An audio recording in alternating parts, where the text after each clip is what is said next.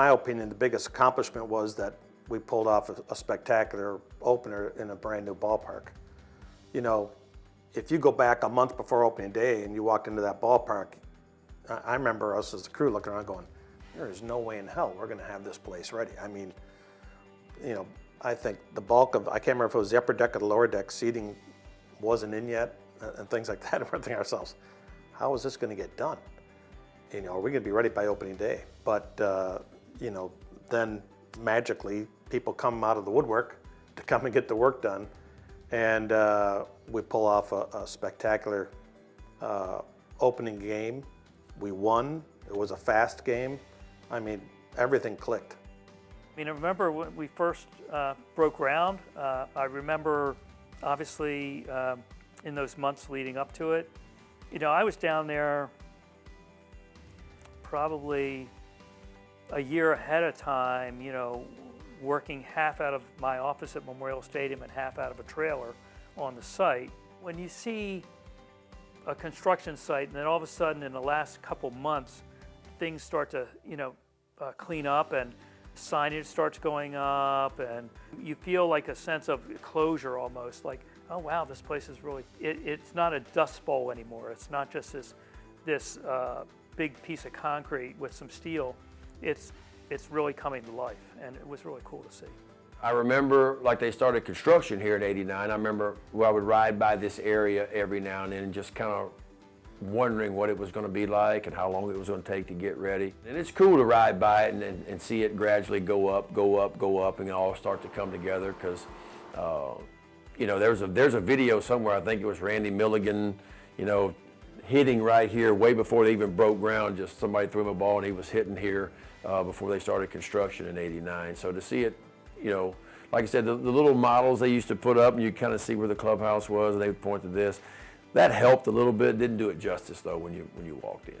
So when we came to Camden Yards, all the guys got off the buses, went into the clubhouse, and they're seeing it for the first time. The thing that lingers in my mind was when all of the players, Frank Robinson, especially I was interested in Frank Robinson because he was such a great player, one of the all-time great players in Orioles history and in the history of the game. But when we walked out, the lights were on, and there was the big warehouse out in right field. That's the first thing you noticed, is this beautiful ballpark and this huge brick warehouse, which was a relic of the 19th century, and which was a key to the architecture of Camden Yards. But everybody was looking at that like, wow, this place is unbelievable. And Frank Robinson, first thing he wanted to know is, what are the dimensions?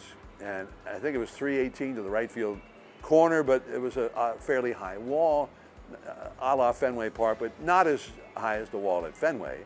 But right field gave the little Fenway impression with the short porch out there. So that was the main thing for Frank was, what are the dimensions, how's it gonna play? And we couldn't tell all that just from standing there.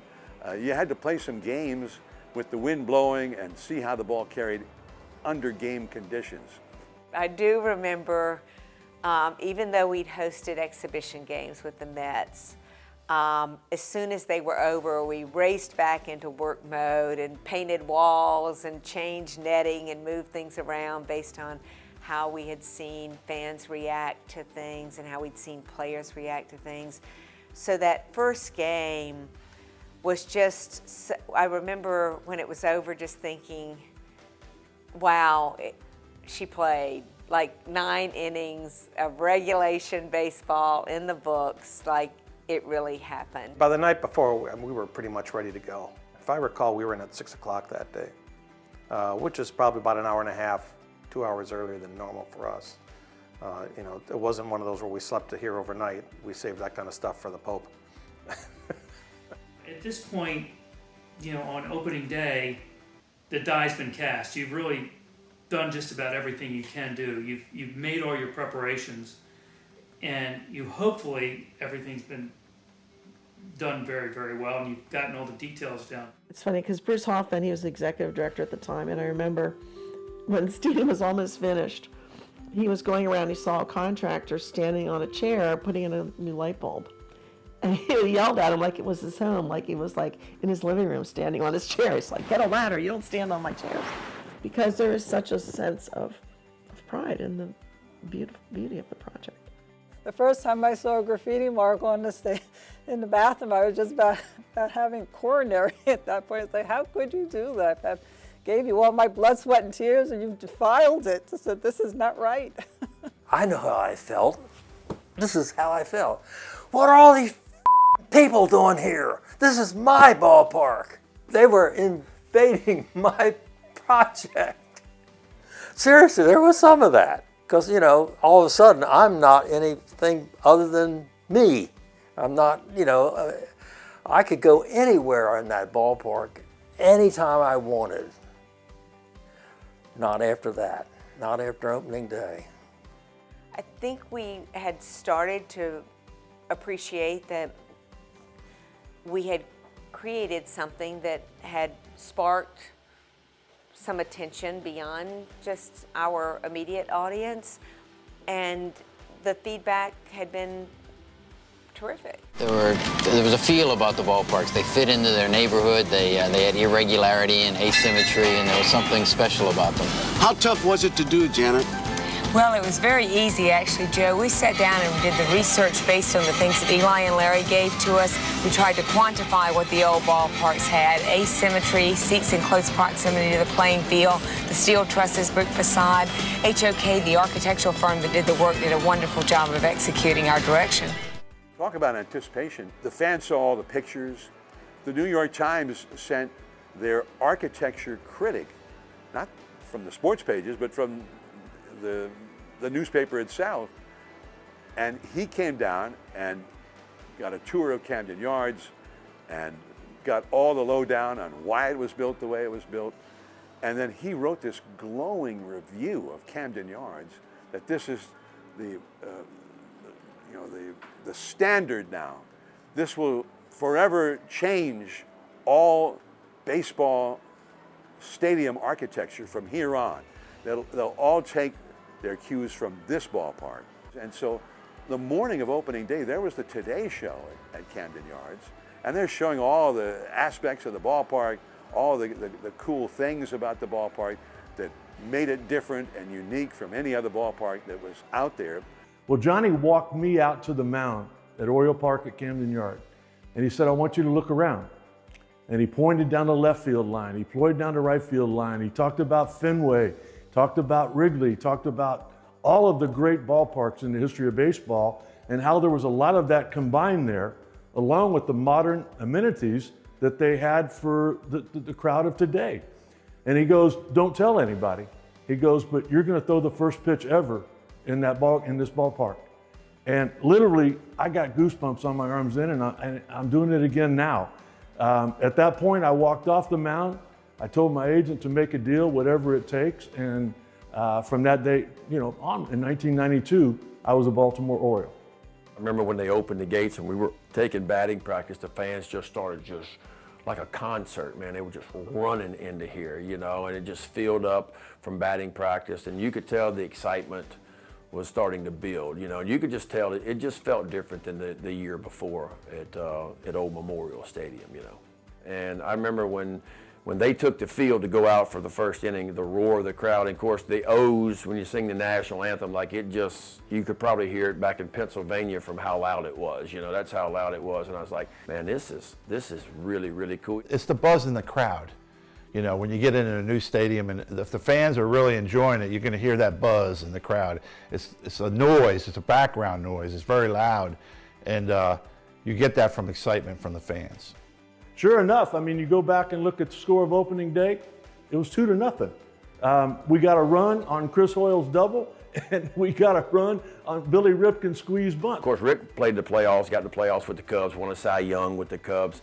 And he said, Big Ben, he said, that was the most electric experience of my entire big league career. It really worked out. The stadium looked great. The warehouse looked beautiful. The old train station, even though the inside was a wreck, outside looked perfect. Utah Street was clean and beautiful, and the Orioles restaurant on the bottom level was open. And it was pretty amazing. I was blown away. absolutely blown away. I'd watched it come up out of the ground, but until you're actually in there with people in the seats and see how it functioned, it's a masterpiece. After the third inning, when I sat down, I passed out and slept through 3 innings. But I think, because that was the first time I think I had sat down in a week. It was wow. Wow. It was wow. When I walked in that place and I saw it, it was wow. Especially having been there for the hearing where we voted on whether we keep the warehouse or not. And all I thought was, I saw that warehouse and I thought, wow, I'm so glad we kept that warehouse in there. Everybody was very happy. Number one, that the Orioles were here. We felt comfortable they were going to stay. And now we had this beautiful home for them. It was going to be really hard for them to leave. It was a not just an opening of the baseball season, but a opening of a new day, a new era in the city and the state, frankly. It was a celebratory day. I remember being in the mayor's box, and everybody wanted to be part of it.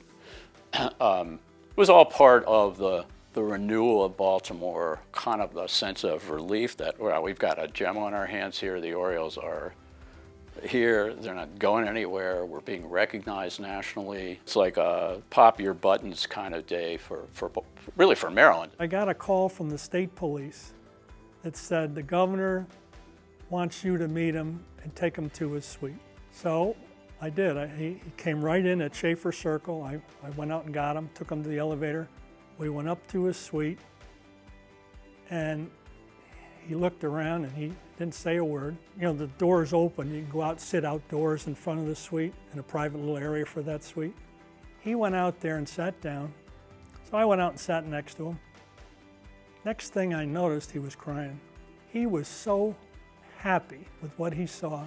The crowds coming in, stadium all illuminated, lights on and everything. He was crying. He was that happy. He didn't say a word, and I didn't say a word to him, but it was really, I knew he was happy. Well, now people, they want tickets. They want to see the ballpark. Well, sorry, there are no tickets available until July. And now they say, well, okay, well, how about July? Well, what about for the Yankees? Oh, sorry, those are gone. How about the Red Sox? Sorry, those are gone. Our gentleman who was outside looking in came up to me just a little while ago and said that a man came by and said, I'll give you a ticket into the ballgame if you give me your binoculars. The trade was made, the guy got inside, so everyone won today, right, including the Orioles? We were there through '93, and I think our attendance in the first year was 3.6 million, and the second year was 3.7 million. Which is many multiples of what we were drawing in Memorial Stadium. If I'm not mistaken, I think we had 3 or 4 consecutive years of sellouts here. Every home game was sold out. So it spoiled you as a ball player to know that you were going to come here and play in front of 45 or 46,000 every night.